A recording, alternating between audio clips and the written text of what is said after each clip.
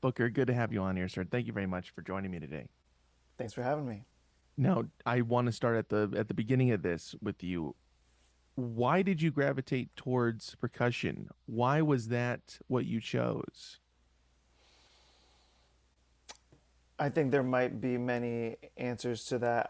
The first that comes to mind is I have no idea, but um, I like that. This is a good answer. I like that I mean one. that's just how I feel. That's how I feel. But I grew up in a musical household, and my father was a composer, and my mother is a flute player, and my dad composed a lot for percussion. So there was like percussion, a lot of percussion around. Not necessarily in the house, but I would often be dragged to rehearsals and was just kind of backstage hanging around a lot of percussionists. So I had an early access to percussion, I suppose. But I think, I mean, at least what I was told is that at an early age, I asked for a drum set, like age 4 or 5. And so my parents asked their friends and got together, like put together, kind of a Frankenstein drum set from their friends, and actually I still have and play on some of those instruments.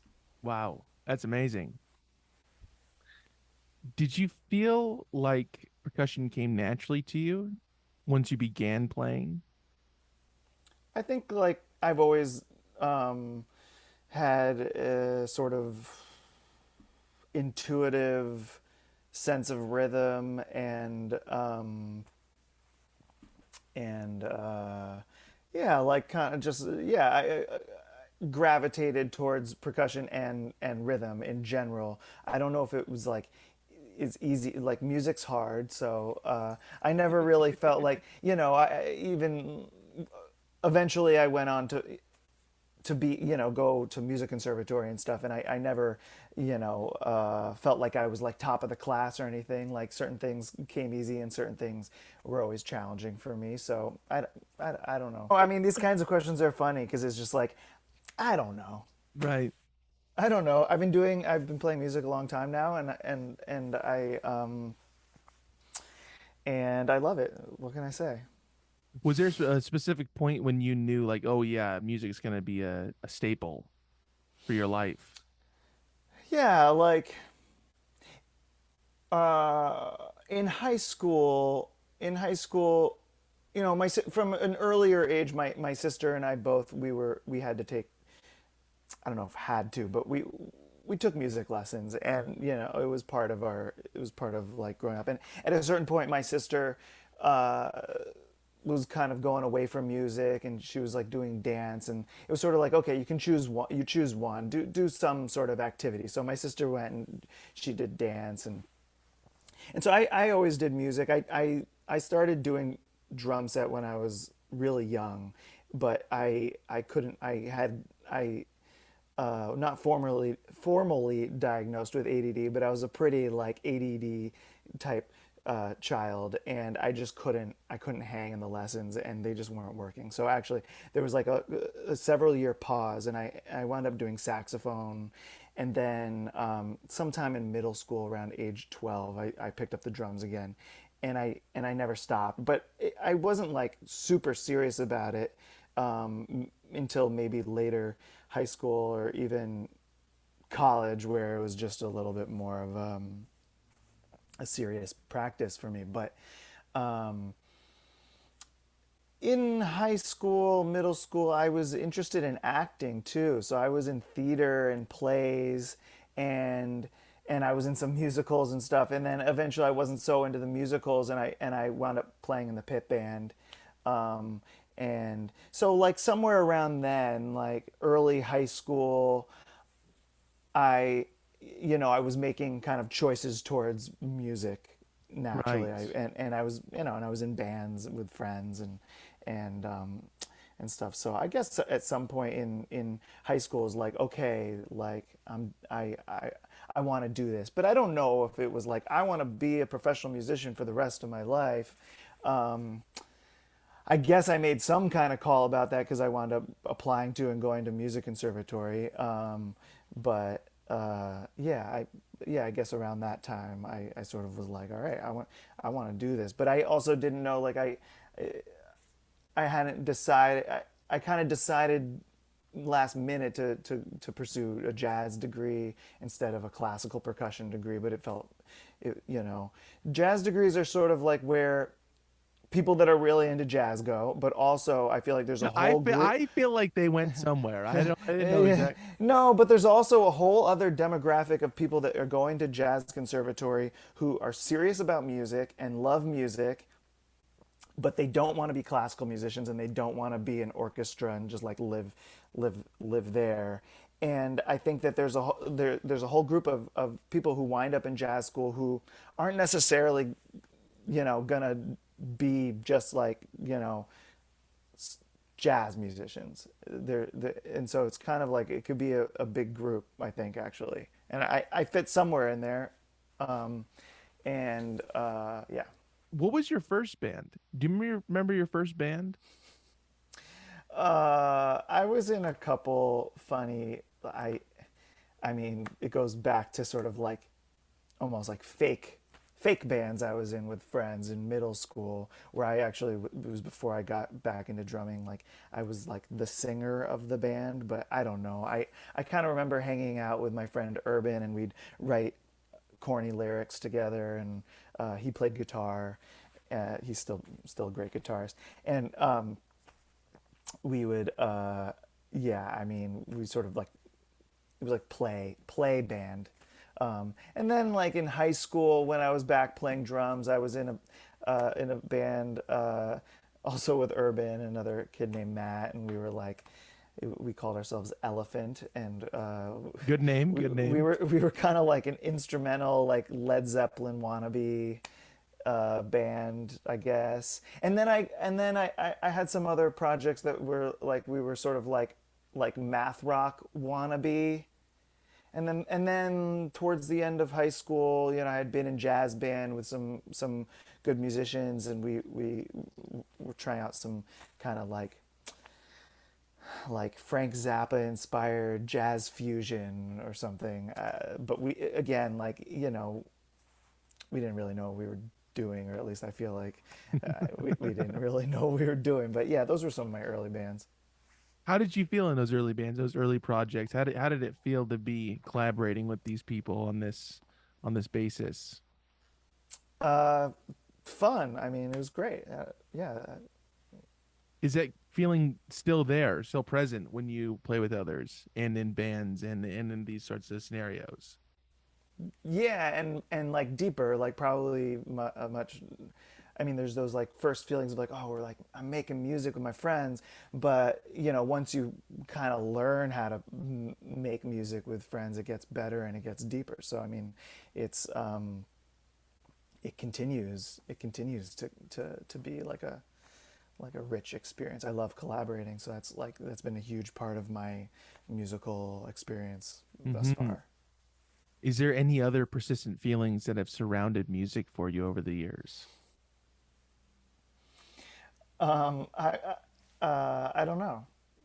Probably If any lots of. come to mind Well, I'll at let any you time, know. Lots of please do. many feelings. I can barely talk about. I mean, I don't even know why you have me here. I can barely talk about music. I just wanna. I I just like. I I just like just wanted to playing it. see you. You just want to see me. I just wanted to see you. We Want never to hear see each from you. other. I know it's been so We long. never see each other. With going to school for music, did that Yeah. kind of have a large effect on how you ended up making music moving forward? Did that have the largest effect? Um, I'd say that the largest effect came sort of post college. Um, School was about learning some fundamental ideas and learning things that teachers thought it was a good idea for me to learn and ultimately were. I think I sometimes I say like I learned how to play the drums in college. Like I just got better at the instrument, and I kind of buckled down and I practiced,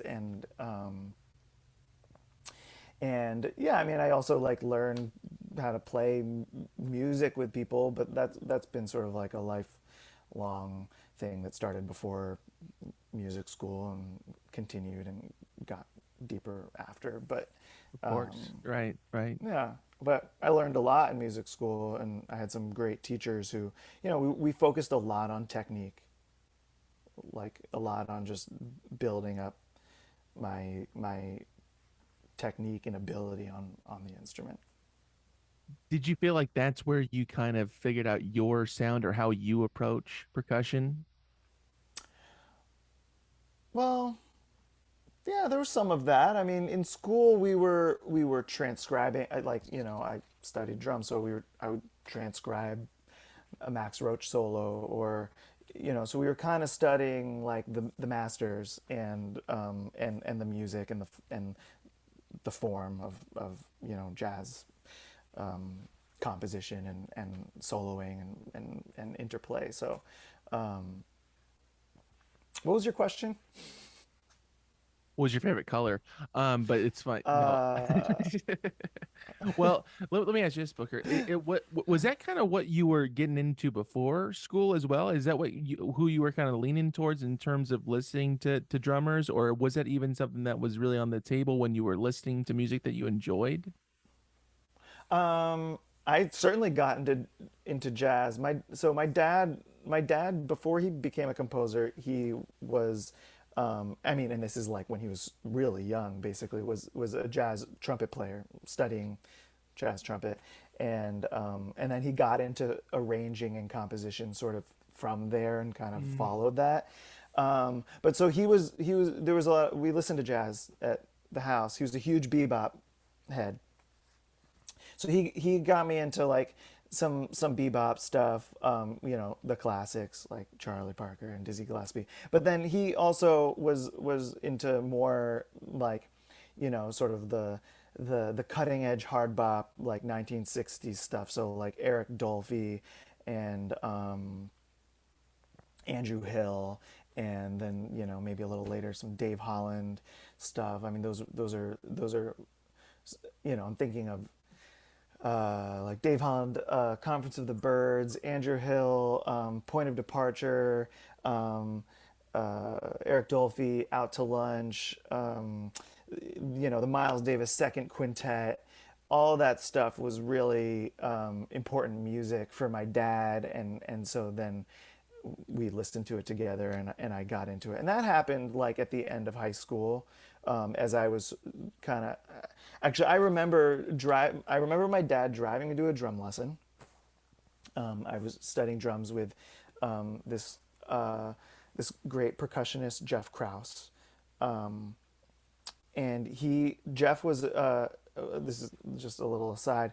Jeff was like a kind of a really cool teacher for me because he was a classically trained drummer, percussionist, but he was also a drum set player, and he loved jazz and all kinds of stuff, and he was able to sort of give me both, and we could do like contemporary percussion music and snare drum and timpani lessons, but then we could talk like Tony Williams and Max Roach, and I think that's actually kind of a special. He was sort of a special kind of musician and teacher because he was really into both, like maybe equally.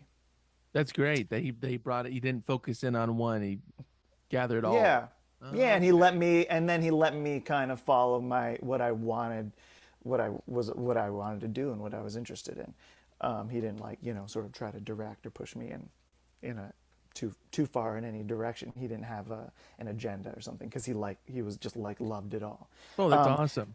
Yeah, it was very cool. So anyway, my dad was driving me to my drum lesson with Jeff, and I remember he put on Point of Departure by Andrew Hill, and Tony Williams is on drums, and I don't know, I was maybe 15 or something, and maybe 16, I don't know, it was 10th grade or something. We'll check with your father and then we'll put it in Yeah, a post. Well, yeah, yeah, we'll get the whole yeah, thing yeah. We want to get situated. that really hammered out, Yeah. and I just heard it for the first time. I was like, holy fuck, this is amazing. I got it. Like I like heard it was like I heard jazz for the first time. Like and he had been playing it around, you know, he'd been showing me stuff, but I just heard it. I heard Tony Williams's ride cymbal, and then he takes this amazing. I think it's on the first track on the album. He takes this amazing drum solo that's like really like on the snare drum and just really expressive and out of time and just and I was like, oh, so that was kind of I can remember these little moments where something kind of clicks, and that was one of them. So I got into that Interesting. music, but I was also like listening to, I don't know, like rock music and like hip hop and rap and like and yeah, like there was a era where I got into some math rocky stuff like Don Cavallero and Hella and Frank Zappa. Frank Zappa was in there, and I'm trying to think of other things. Yeah, I mean, there was a lot. It was kind of a big mix of stuff. I was listening to like whatever was on like hip hop radio too. Like I lived close enough to New York City that I could get all the radio stations, so I'd listen to like Hot 97 and K Rock. I was just checking stuff out. I'm understanding now. I'm with you, Booker. Okay, all right. Good, good. Stay with me. I'm with you. I'm with you. I ain't going nowhere. Do you kind of look back at it now, specifically with drummers or percussionists, why they stood out to you? Like whatever they were doing or bringing to the table that really just kind of drew you into what they were doing? Um, I think this is can be said for any instrument really, but I'll just focus on the drums because that's what we're talking about. The drums, I I mean, mean, hey, if you want to get into yeah, sure. clarinet too, it's fine. Okay, good. Whatever you want to get into, please. No, no, Booker, like I this is mean, this is your episode, man. We go wherever you want to go. You're the ringleader okay, here. I'm just trying to gather some okay, information. cool. Is Well, all. I've got this sousaphone. I've got this sousaphone player that I really want to talk about. No, Yeah. Good. This is the no, platform to do it. yeah, yeah, good. Okay, the drums are. You know what? I'll just say it. It's a special instrument. The The percussion bold in bold comment. percussion is a very timbre focused instrument. Of course, we can talk about like actual rhythm, and we can talk about other ingredients of music like melody and harmony, which also exist in percussion. But timbre is such a focus of like percussion technique. It's like the quality of the sound that you're creating on the instrument is really important because it's kind of it's the thing. It is the thing. Like and so the great drummers that pulled me in and continue to excite me are drummers who have a sound on their instrument. Drummers that you can, someone like Tony Williams, you can hear his ride cymbal and you know it's him because of the way the ride cymbal sounds. So he chose a certain sound of an instrument, but then it's also the touch and the way he's playing it. And yes, the rhythms that he's playing on it too might stick out and you go, oh, that's kind of a Tony Williams thing. But like it's about like the touch and the feeling that certain musicians get on their instrument. It can be very special. And so I think early on I heard that and like was interested in it, but also I felt it playing the drums, what does it sound like to like do a drum buzz roll on a snare drum in the middle of the drum versus like the edge of the drum? It feels different and you get a different response. It's all about like sort of like what you're like giving and putting into the instrument you're getting back, and there's this sort of feedback. Again, I think that this applies to basically any instrument, but you Right. know but there's that feedback that you're getting, and if you can like feel that, I mean, it's very special. Mm-hmm. um, and the drums are also it's an acoustic instrument, So there's you're hearing when you're playing the drums, you're playing them in a space, and you're receiving all kinds of feedback, like acoustic feedback from each space that you're playing in. It feels different and it sounds different. And if you're being sensitive, you can play with that, and you're responding to that feedback.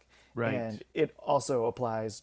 So that's spatial uh, acoustic feedback, but also on the drum, like every drum feels different to play on. Every cymbal feels different, and the way you interact with that instrument is special. I mean, and then so you create these, then you also create relationships with certain instruments, but also as a drummer, I mean, I'm going on a tangent here, but Please. drummers, we're often playing on instruments that aren't our own. I mean, very often, I'm these days when I play in public, I'm rarely playing on my drums, Right. You're which using a house kit or something, right? yeah, there's some sort of, it's either a house kit or it's a rental or something. And so there's something both sometimes not great about that, and but also there's something really interesting and fun about playing a different instrument every time. It totally changes the music. It is an interesting thing, going back to what you're saying about not playing on your own kit. You're playing on a different kit most of the time. You might bring a cymbal, might bring a ride or a crash or Yeah, something, maybe a snare. I So bring my cymbal. I do usually bring my cymbals. That's kind of often the instrument that I have with me, and I have some accoutrement, some percussion, some bells and things like that I like to bring to bring something special to it. But yeah, a lot of the time it's yeah, which is some just this is just very an interesting interaction with it with an instrument. Like, oh, I wonder what this one's yeah. gonna bring. Yeah. Totally, and it's fun. It is fun, but I think it is kind of a unique experience for drummers. Maybe upright bass players who are touring a lot. Often they wind up playing on a rental bass or something. But Mm-hmm. the cumbersome instruments, often a piano player, of course, or um, but yeah, it's sort of it might be kind of unique to a few instruments where we're often playing on ones that aren't on our own. Right, right. Yeah. Is there another instrument that you found you really like someone who does their thing on it? Specifically a musician that I like that bassist for whatever reason, or guitarist or whatever it may be. Outside of percussion. Oh, I mean, there's so many. You said bass, so I'm thinking of this great bass player, Henry Frazier, a friend of mine, and infrequent collaborator. We've played together a few times, but he's someone who, well, he can just like play the shit out of the bass, in bands and with people. But most recently, I saw him play solo, and he's just got he's got just such a beautiful, rich sound. And he's playing upright, but he's doing a lot of like bowed harmonic stuff. But something that kind of knocked me out at the last time I saw him play was he was doing all these um, Pitts harmonics, and like almost like Jocko, but Ah, on okay. upright and playing very melodically, and it was just really beautiful. Wow. Yeah, pretty great. Are there any live performances outside of that that have really stuck with you over the years that just you just kind of Oh, think about every once in a while? Like that was just a great performance. um, I'm gonna have to think. I gotta think about that. I mean, there's like a lot, but Or um, or on the other end, ones that you hated and you go, I hated that performance and who was it and where? I've seen more like that. I've seen more like that probably, but again, I'd probably have to like think about it. Um, All right, well if it comes to you later on, please let okay. me know. Now, um you've played with it with an assortment of improvisational groups over the years. How did you kind of fall into that realm of genre, if you will?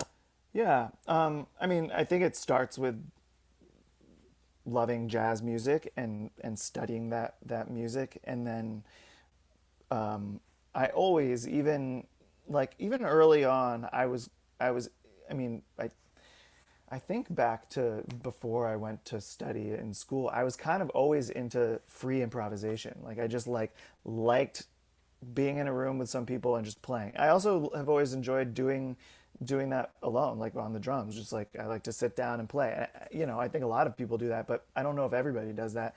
And so that's always just been something that I've liked doing.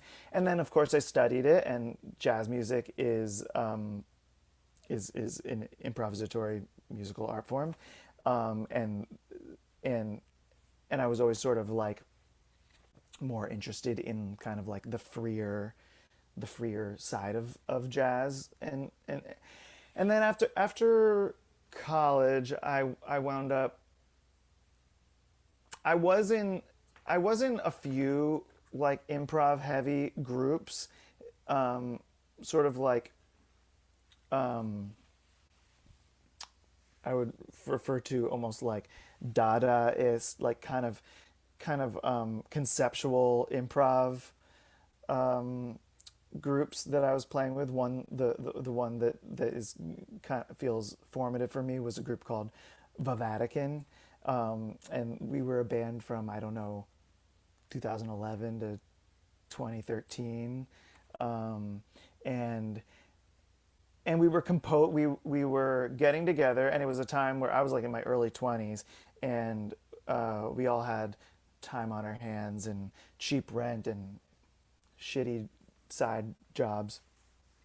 So we would get together and like have these long hangout rehearsals, and just develop a language together.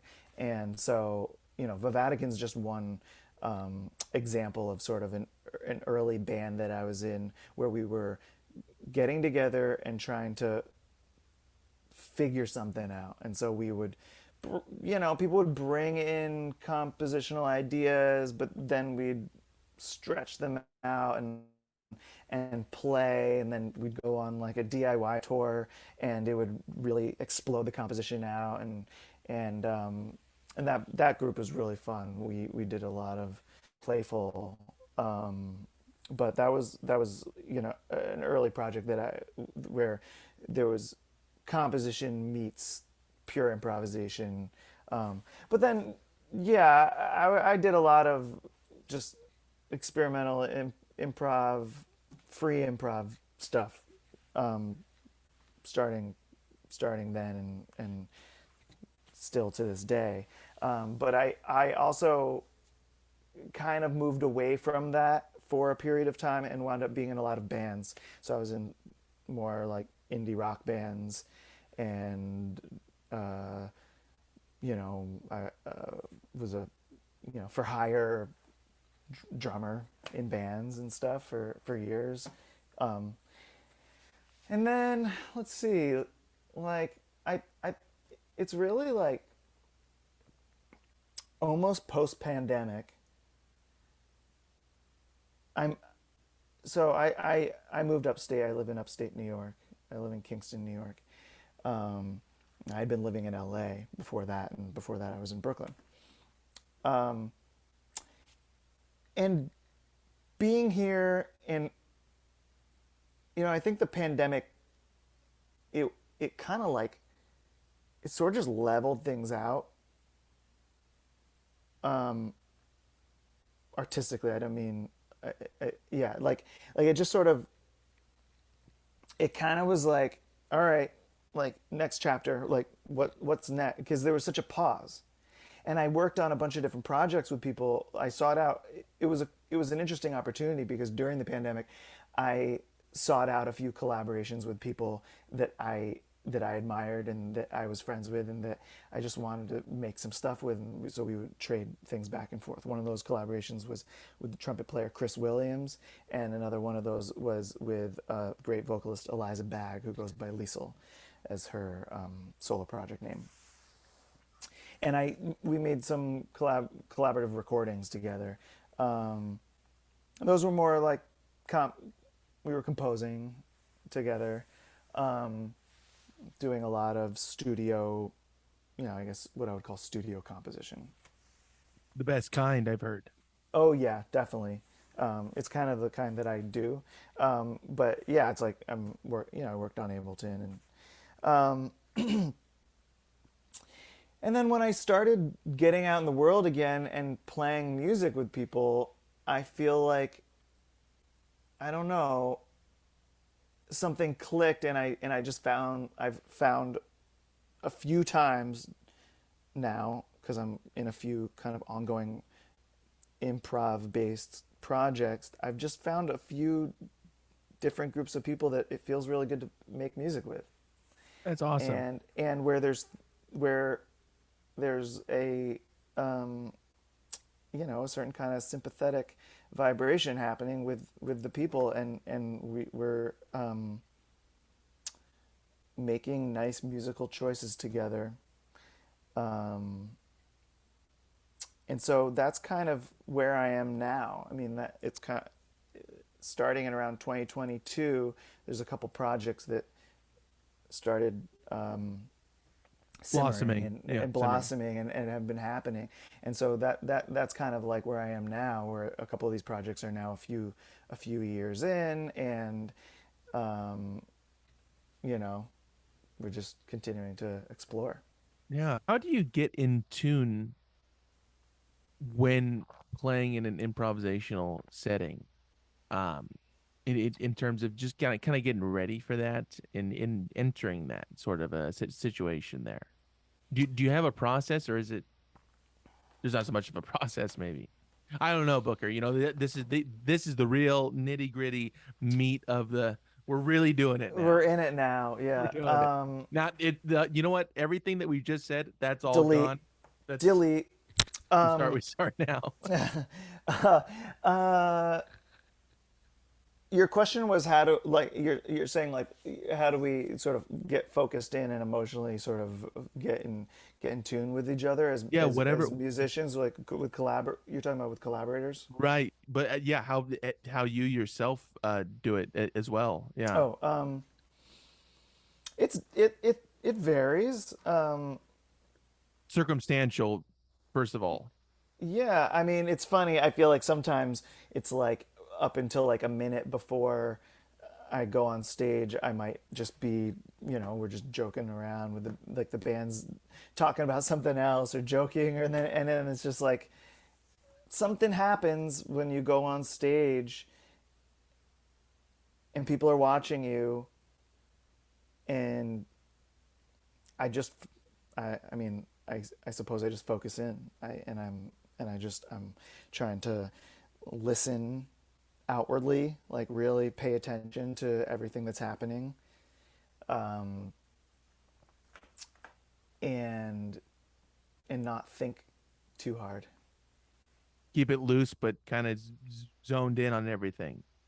Yeah, it's like yeah, like you gotta be listen. I mean, especially if you're making spontaneous music where you're improvising and you're just making it up when you're there. It's like you I'm sort of talking about right now. I'm thinking about playing in SML.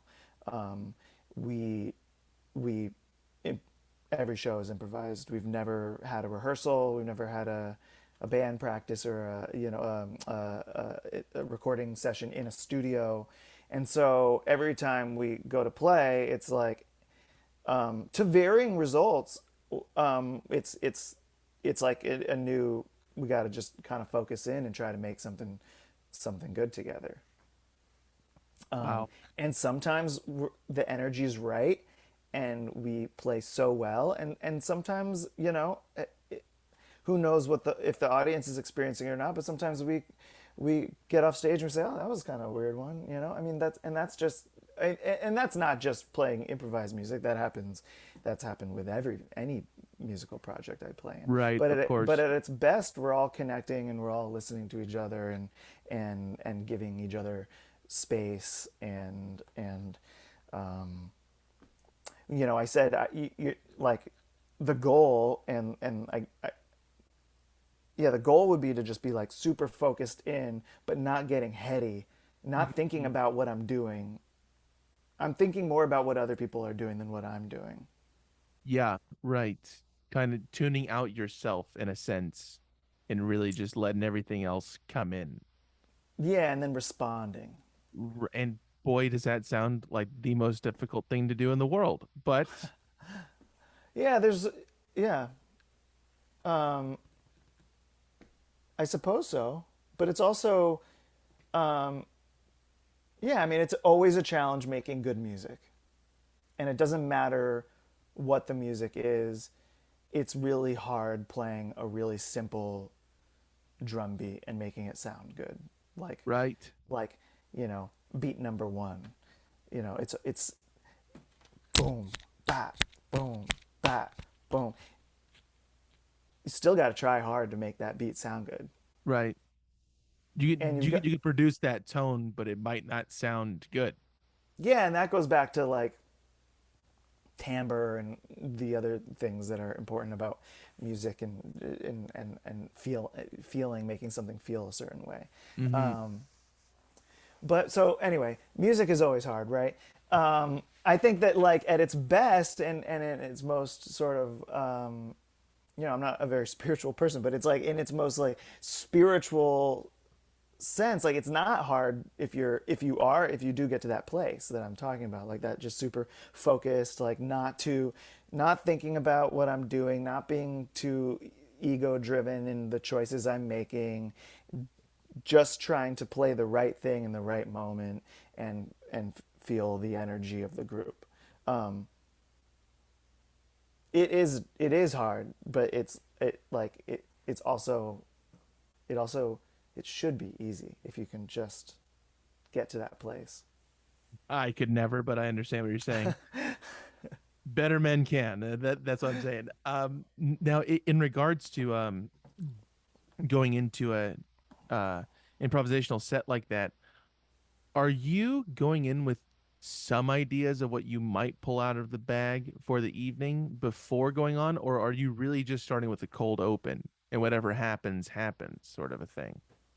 It's it's a cold open, but and it is a whatever happens happens sort of situation. However, like going, still thinking about and talking about SML for instance, Hmm. we we all have our vocabulary and our language, and we have go-to things, and sometimes it's safe to for me to just like do a thing that I've done before. And I think the goal should be to disrupt that. It's not always the easiest thing. Like, let's say we're in a musical situation that doesn't feel 100% comfortable. I don't know, we had a bad sound check, or it's too hot on stage because we're playing outside and the sun's like hitting us, or the audience is kind of just like 50 feet away and not like we're having trouble connecting with them. There's like any kind of given thing that can sort of affect the vibe, and in those instances, for better or worse, we might, I'll speak personally. I might just play something that's kind of like a go-to. Hmm. Maybe regrettably, like I don't know, like I don't know if like that wouldn't be that's not what I want. I want it to be really fresh every time, and but when you start, SML, we've been playing for a couple of years now, and there might be little themes that are starting to, pop out. Oftentimes, we might wind up playing something kind of similar a few nights in a row. Mm-hmm. Um, that Which happens. might be inevitable Oh uh, yeah, for the circumstance. And if you're playing with the same certainly. people have their own sort of ideas of what to bring out. Yeah, we're all bringing our thing, and sometimes it's just yeah. I mean, sometimes I mean also we're sort of slowly developing a language and almost song-like structures together as well. So it's not just only with like it's not like stale or something necessarily, but it's a journey. Going out and playing improvised music every night is it's really interesting. Right. I've heard. Yeah, No, yeah, no, it's no, no, no, it I is believe that I do. it is because you're kind of like you're sort of just like a island floating on your own lake. Like you're just sort of like you're just out there, and it's like, okay, here I am. Let's do this. Let's create something beautiful together. Um, it can be really, really rewarding. Do you always have an intention of what you want to do before you get behind the kit to No, produce anything? Okay. I no, wanted to hear a no if I'm being honest. If I'm being good. honest, I wanted a curveball. I want a little Yeah, improvisation. yeah, How yeah, about yeah, that? yeah. How about it? I'll give you. No, no, I don't. Um, because because I'm. It's always in response to something else. Hmm. My choices. So if I go into planning about what I'm gonna do, it kind of misses the point. Yeah, right. It's not hitting the mark where it should be. Yeah, yeah. Okay. This is all adding up so far, Booker. I like it. Okay. You're tallying up. You've got the math right. It's working. We're taking notes. We're taking Okay, notes. We're you're yeah. taking it. Yeah. You Did got a we spreadsheet? yeah, we got that last one. Well, I got my judges over there too. We're Oh, gonna compile the notes. Yeah. you'll compile the notes. You'll analyze the whole thing, and then It's yeah. We have a throw it out and not release it. if you're hearing this, we made the call. Yeah. Do you feel differently when you're let's take SML for example? You guys don't go into the recording studio, correct? It's all live. It's a live recording of the releases that have been released, right? Yeah, thus far that's the what we've been doing. With those nights of that you know it's going to be recorded, is that kind of bringing a different energy to what you're going to bring to the table as well as everybody else in the band? It it I would say it can and it has, but we've actually been recording so many shows that like lately that it starts to because I know that feeling when someone I get that feeling still and often like in a recording studio or something where it's like you're working on something and then someone's like, all right, we're rolling, and you're like, oh fuck, like better get it right, like gotta be a good one. um, it's less of that with this group because we're recording a lot, and and we don't have to it's not like we're not necessarily going into a performance going, we're going to play this performance and then we're going to release this performance, so it better be a good one because Hmm. we're going to it's like we're recording a bunch and then we're like, oh, that was a good one. Was that recorded? Did like the sound person get that one? Or, because sometimes they don't, or sometimes we forget to ask someone to record. I will say, so our last record that came out, I don't know, a month ago. Actually, maybe it's July 27th. I think it came out on June 26th. Our last record is a document from we played 3 nights in a row at Zebulon in Los Angeles, and that's as much of a hometown show as we can get. Like Zebulon is a beloved LA establishment. We've all played there like a million times. Uh, we're really friendly with the staff. Um, and then we were also having those nights recorded by Bryce Gonzalez, who's this brilliant engineer and builder of compressors and outboard gear. He has a company called Highland Dynamics. Highland Dynamics. Okay. Highland Dynamics. He Highland makes Dynamics. fantastic gear, and he's got this. He's got this rig, which is a tape recorder, Hmm. and he can do and it's mobile, so he brings it around and he's documenting and recording a lot of LA groups this way. Um, so he can bring it to a venue and sets up a pretty minimal miking rig, like I don't know, maybe one or two mics on the drums, um, and then he's live mixing it down. And so at the end of the night, we get. I mean, I guess it takes a little longer than that, but we get stereo bounces from his live mix, and that's what Wow. we have to work with. And so we so this last live album we made is it's two sides, and it's like 24 minutes on each A side, 24-minute B side, and each of them are just like exactly as we played them, 24-minute pieces. Maybe I think the first one was the first thing we did on the first night, and I think the B side is the first thing we did on the second night, something like that. Um, and in that instance, there's a lot coming together to make that feel like a special recording and a special feeling. It just felt really good playing there. That was like hometown show.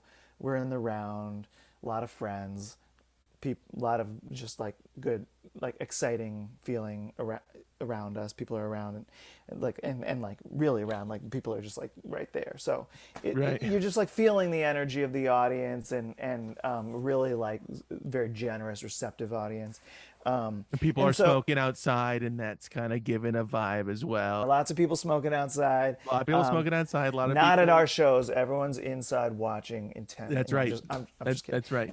That's what I've heard. They say, hey, don't even. They check for cigarettes when you guys played. Yeah, I heard. yeah, Yeah. oh yeah, yeah. We're like a really strict no smoking. Like if you even smell like cigarette, I'm very sensitive. No, I'm just kidding. Um, uh, yeah. They're checking for a Nicorette as well. Yeah, Any pouches of any kind. It's not tolerated. yeah. Not that night. Listen, Zin Bros. We're not zinning tonight. Okay, we're not zinning. No. Uh, so in that instance, that did feel like okay. We're capturing something tonight. This like because we know it's gonna sound good through Bryce's rig. The energy's there. The show that is on our newest release was recorded at our record release show from our re- previous release. Oh wow. So it was also a record release show. The energy's everything's like right. So that sometimes it feels like that, and it's like there's a special feeling. And So you knew it in that moment that it was something like, wow, this is a special one. I mean, it felt really good to play, and after when we got off, it was like that was a good one. That felt really good. I don't know if we were like, that's the next record. We weren't like that because we didn't know that we were gonna put out like a live record like this. I think we were in our minds. We were still thinking, okay, we're gonna edit things together, and then we started listening through for that purpose, and I felt very inspired by listening to us playing together. So that's kind of just we all felt that way, and it just worked. Oh, that's awesome. Yeah. In addition to playing with SML in various other projects, you also perform by yourself, and you make your own music, your solo music as Yeah. well. What is that like? What is that like? Kind of working on all these different capacities, and then kind of having this this this little thing that you're working on by yourself. Yeah. It's cool. I mean, I've been doing the solo thing. I think I've played my first solo show since in 2012 or 13. I did my first solo thing, and I used to play more.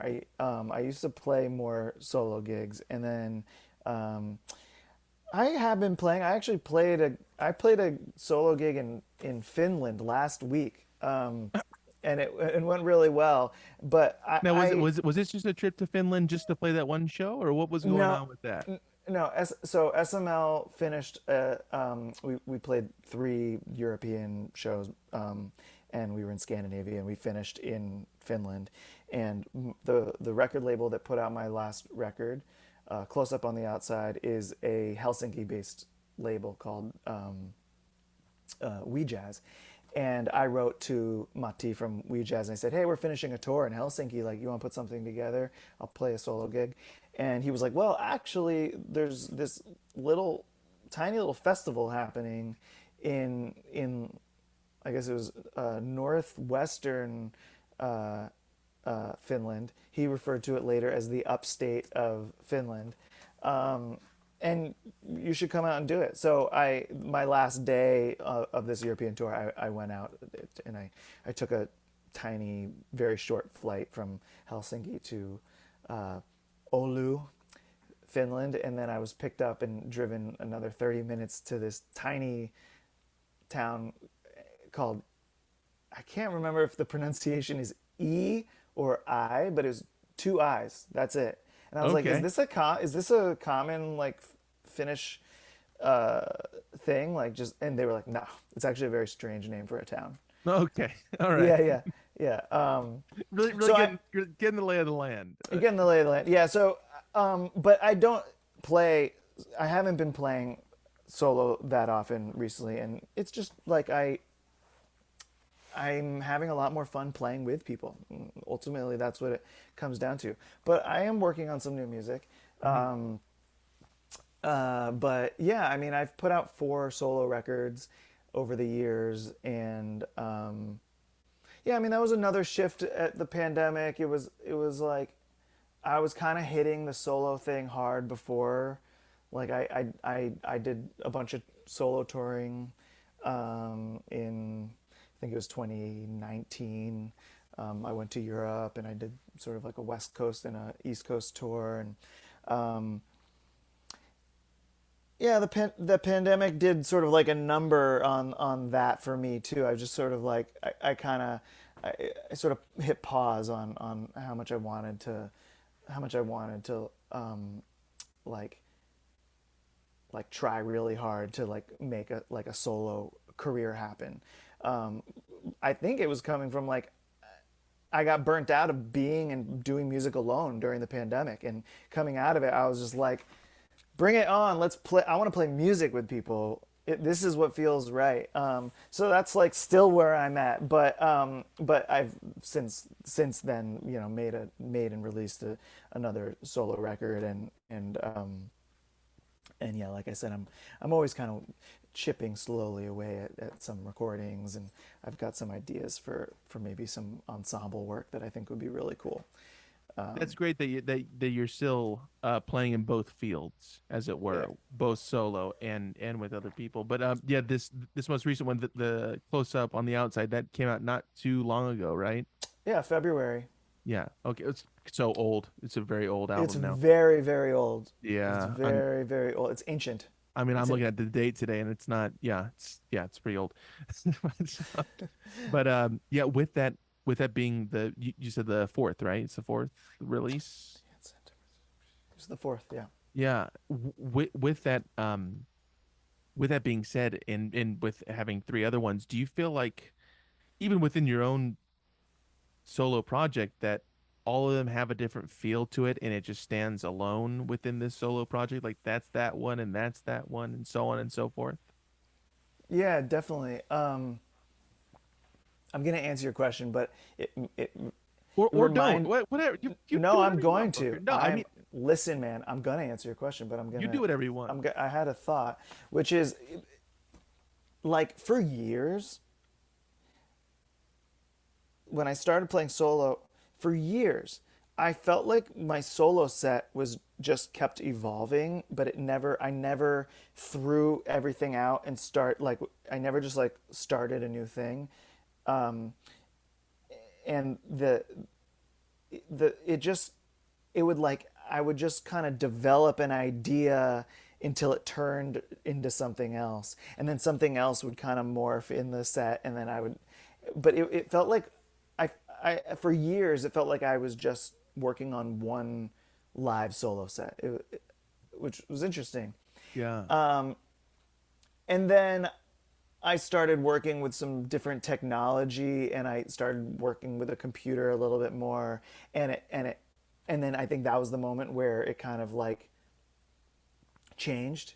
Um, and it's the moment where I think I feel like I actualized some of my ideas in a bigger way in recording. But I think in some ways when I started getting computery, I lost a little bit of the thread of the performance, Mm. and so it's kind of interesting. I mean, these are just things that I think about like all the fucking time, but uh, you know, when you're playing solo and you're a drummer, it's it's like it's pretty wide open,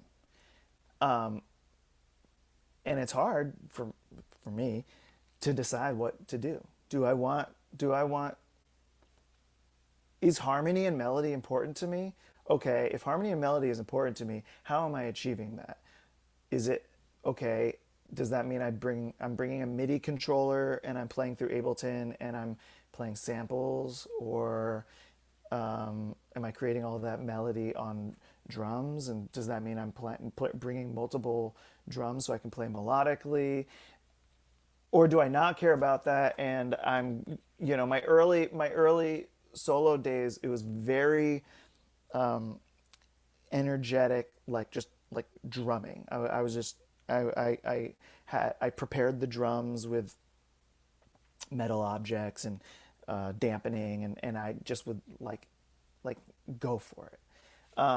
There's something like, that was it was a long time ago now. I mean, that's over 10 years ago.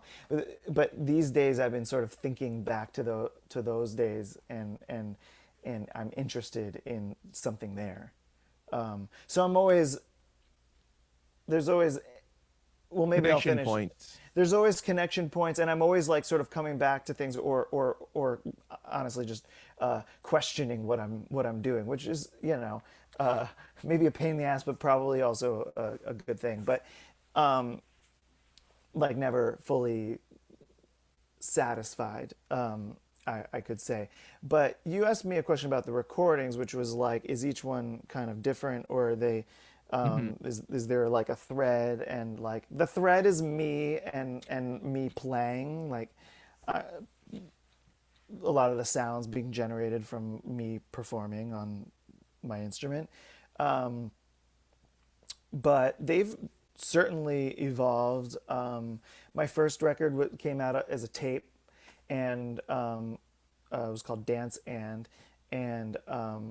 I collaborated with a friend, Nathaniel Morgan, fantastic sax player and mixing engineer, and we worked together, and it was like before I had ever used any kind of DAW. So I was like, I had never I wasn't in Ableton person yet. This is like 2012, and and we worked really closely together, and he sort of helped me produce. He produced the record, and he was capturing performances, and then we'd sit together and edit things, and it was still very much like studio composition, but I didn't have the ability to do it myself yet. And the next record, I it was like one step further. So then I worked with this great producer musician, John Dietrich. He's probably most well known as the guitar one of the guitarists in Deerhoof, one of my favorite bands for a long time. And he produced Temporary, etc. But I also was getting into Ableton, so I would sort of bring ideas, and then he helped me record the drums, and we did some editing together. And he was heavily involved in that, but that was kind of still very like, I had some guests on that record. Jamie Branch is on that record. Nathaniel Morgan, the sax player, is on that record. Logan Hone, great Oh saxophonist, is yeah, on that yeah. record. So a bunch of so I started bringing in collaborators more. Next record after that was Crater, which I started making with John in Albuquerque, where he was living at the time, and he was producing it. And then I went home, and the idea was I'm going to work on it a bit. I'm going to go back, and we're going to finish it together. And the pandemic started, and so I finished it on my own, and it was it it it pushed me to get better at doing this stuff and working in Ableton.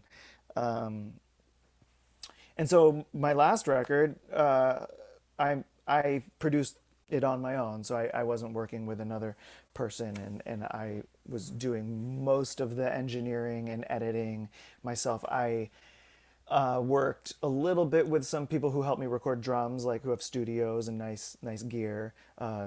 Joey Weiss, an engineer up here, and Sam Owens, Sam Evian, who was also up here at the time.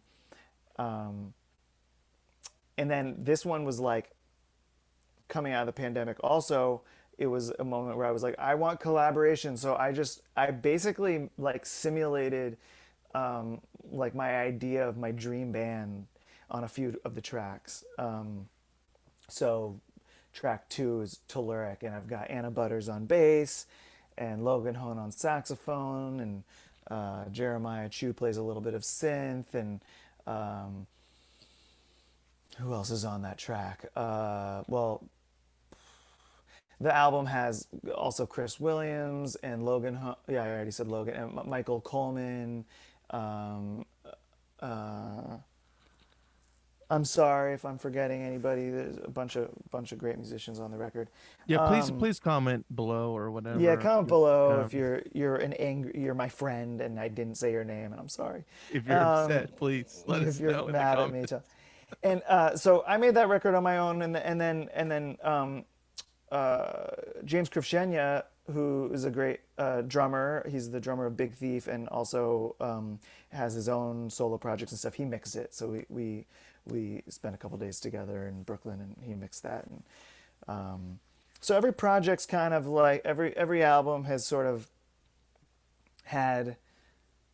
Yeah, I sort of just walked you through sort of the technical kind of differences, but they all have like a different flavor. Hmm. And for me, like I'm listening to myself like learn and figure out my the instrument of the DAW, kind of like of Ableton, and sort of I'd have to listen back. It's been a while since I've listened to any of them except for Close Up, but like I'm I'm sure there's like threads that probably like developed over time, like sort of my relationship to different harmony, or just different, yeah, just different musical or rhythmic ideas. Right, Um, sure. yeah, That's gonna change over time and develop in different ways. Yeah. yeah, and a lot of that's just like in the making. I'm not a big uh, I don't know. Like you asked me that question about like, do you have an idea of what you're gonna do when you sit on the drums and you play? It's like I'm not like a big conceptualist. I don't like sit down. I've never been like a a big pen to paper composer. It's like it comes from doing. So like I make some sounds, and then I listen, and I'm like, do I like this sound? Do I not like this? Okay, do I like this sound? Cool. How do I develop this? How do I make shape it? How do I add, what does it need? What do I add on top? That's kind of that's more the process.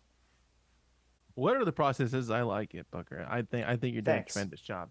And thank you Thanks. so much for coming on here today, Booker. I really appreciate you being here Thanks and for having kind of me. chatting with me. But before we wrap it up here, can you tell everybody what they should be listening to, where they could find you, SML? Where Sure. is the best place that people can go support SML for one? I unfortunately don't have the promo notes in front of me, so we're just gonna I'm do gonna it kind go. of I'll go raw pro. here. Yeah. So I've put out a lot of music in the last like 3 months. It was, some would advise against it, and it's just, and I would too, because I drove myself crazy. Like part of releasing music is posting on Instagram and shit like that. That's just like totally boring to me. But so putting out lots of records at the same time, that like for me, like that was probably like the worst part of it, if I have to complain. But it's been really cool. Also, so close up on the outside is my solo record that came out in February That's on the newest Rejet. one, and is that streaming everywhere? Where do It's people get their music? streaming everywhere. I mean, the best place to listen to and find and buy music is Bandcamp, or a record shop. I know that the record was distributed around, so Okay, it's in stores somewhere. The vinyl is sold out on Bandcamp, but you can still listen to it there and buy the digital files if you want. hmm Or maybe you could find it on like SoulSeek. Love some free downloads. Um, we don't condone uh, that. No, please go to the Bandcamp. Please buy it. Buy the digital files. it's streaming in all the places. Okay, I don't know why you're promoting this piracy business. I understand it with other people's stuff, but your own, I can't. Well, I gotta put my listen, foot no, down somewhere. Bandcamp hmm number one, hmm and then like, I know this might be on Spotify, but like, piracy, I condone piracy over Okay. streaming, honestly. And I stream music. I'm not a And I pirate music, so we're kind of like yeah, we're working good, at the good, different good, ends. good. Um, you seem like a pirate. Yeah, Um, yeah. I had to get on my ship after this, but that's a whole nother. You should yeah, come on yeah. my pirate podcast, the Pirate Oh, Pod. oh, Yeah. sick. Okay, I'll be there. Okay. Cool. Like tomorrow or It's whenever. It's whenever we're not on okay, the high seas. It's a whole. It's kind of like inconsistent, but yeah. okay. Anyways, sea Uh, shanties, that kind of stuff. all right. The next record that came out was a duo record with Evan Shorenstein, who goes by Photay when he releases solo music, and that was a collaborative album made for a new record label called Suddenly Quarterly, which is a label being run by great bass player and composer Spencer Zahn, That's a and good name, by the way. I like that name. Suddenly Quarterly. Suddenly Quarterly. Yeah. Yeah, well, he's putting out 4 records a year, so it's a quarterly It's release, suddenly. and it's suddenly because like no one saw it coming. It was like all of a sudden like what, Spencer has a record label? No, and